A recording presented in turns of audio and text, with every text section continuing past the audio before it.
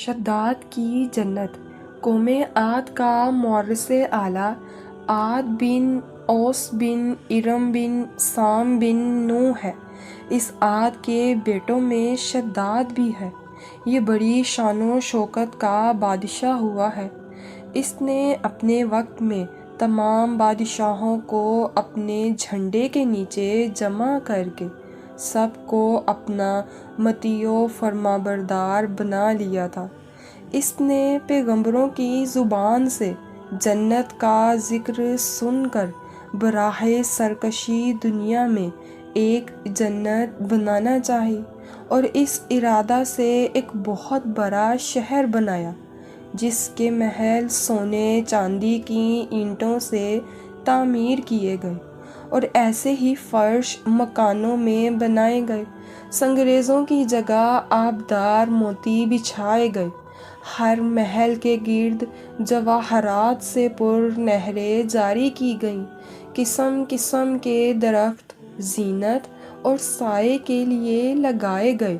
غرض سرکش نے اپنے خیال سے جنت کی تمام چیزیں، ہر قسم کے عیش و عشرت کے سامان اس شہر میں جمع کر دیے۔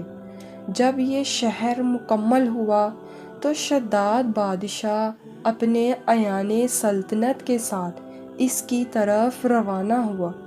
جب ایک منزل کا فاصلہ باقی رہ گیا تو آسمان سے ایک ہولناک آواز آئی جس سے اللہ تعالیٰ نے شداد اور اس کے تمام ساتھیوں کو ہلاک کر دیا اور وہ اپنی بنائی ہوئی جنت کو دیکھ بھی نہ سکا۔ حضرت امیر معاویہ رضی اللہ عنہ کے دور حکومت میں حضرت عبداللہ بن قلابہ اپنے گمشدہ اونٹ کو تلاش کرتے ہوئے صحرائے عدن سے گزر کر اس شہر پہنچے اور اس کی تمام زینتوں اور آرائشوں کو دیکھا، مگر وہاں کوئی رہنے بسنے والا انسان نہیں ملا۔ یہ تھوڑے سے جواہرات وہاں سے لے کر چلے آئے۔ جب یہ خبر امیر معاویہ رضی اللہ عنہ کو معلوم ہوئی تو انہوں نے حضرت عبداللہ بن قلابہ کو بلا کر پورا حال دریافت کیا اور انہوں نے جو کچھ دیکھا تھا سب کچھ بیان کر دیا۔ پھر حضرت امیر معاویہ رضی اللہ عنہ نے کعب احبار کو بلا کر دریافت کیا، کیا دنیا میں واقعی ہی کوئی ایسا شہر موجود ہے؟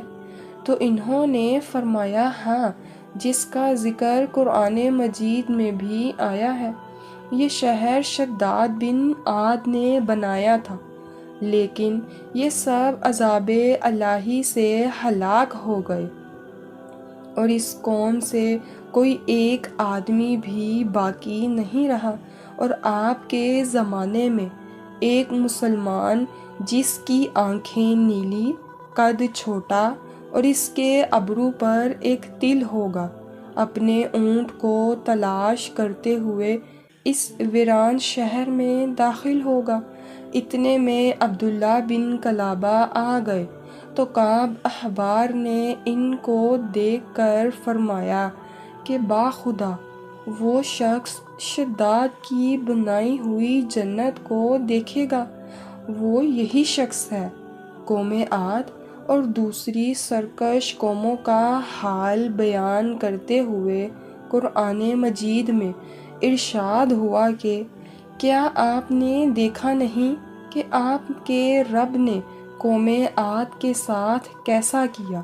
وہ حد سے زیادہ طول والے عاد ارم کے ان جیسا شہروں میں پیدا نہیں کیا گیا، اور قوم سمود جنہوں نے وادی میں پتھر کی چٹانوں کو تراشا، اور فرعون جو کہ میخا کی سزا دیا کرتا تھا، انہی لوگوں نے شہر میں سرکشی کی۔ پھر انہوں نے شہروں میں بہت زیادہ فساد پھیلایا، تو ان لوگوں پر آپ کے رب کی طرف سے عذاب کا کوڑا برسا دیا گیا۔